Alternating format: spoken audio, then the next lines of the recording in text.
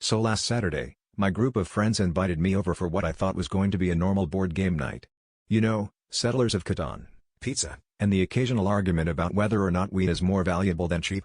But as soon as I walked in, I noticed they were all sitting in a circle, looking suspiciously sober and clutching mugs that said things like "Intervene and Conquer" and "You can't espresso away your problems." Mildly intriguing, but I chalked it up to one of Dave's weird themes. Turns out, I'd been lured into a caffeine intervention.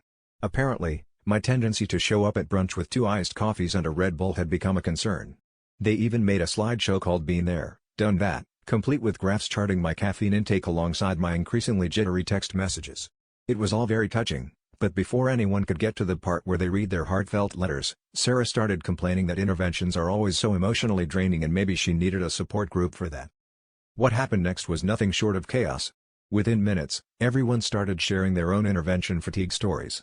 Mike confessed that he'd staged 3 interventions in the past month, one for his roommate's fantasy football obsession, one for his mom's hoarding of scented candles, and one for himself, for staging too many interventions. By the time the pizza arrived, they'd decided to form their own support group, Interventionists Anonymous. They even started brainstorming a 12-step program, but step 1 was admit you have a problem with admitting problems, and things kind of spiraled from there. So in the end, my caffeine addiction remained entirely unaddressed, but I did learn something important: if you ever try to stage an intervention for your friends, make sure they don't get distracted, otherwise, you might just end up needing an intervention for your interventions.